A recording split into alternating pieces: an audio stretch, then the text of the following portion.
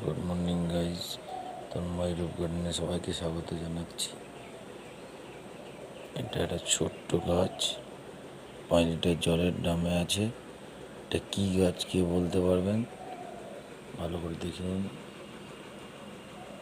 এটা বছরে একবার হয় এবং এক একটা সাইজ 20 ইঞ্চি ওপরে হয়েছে।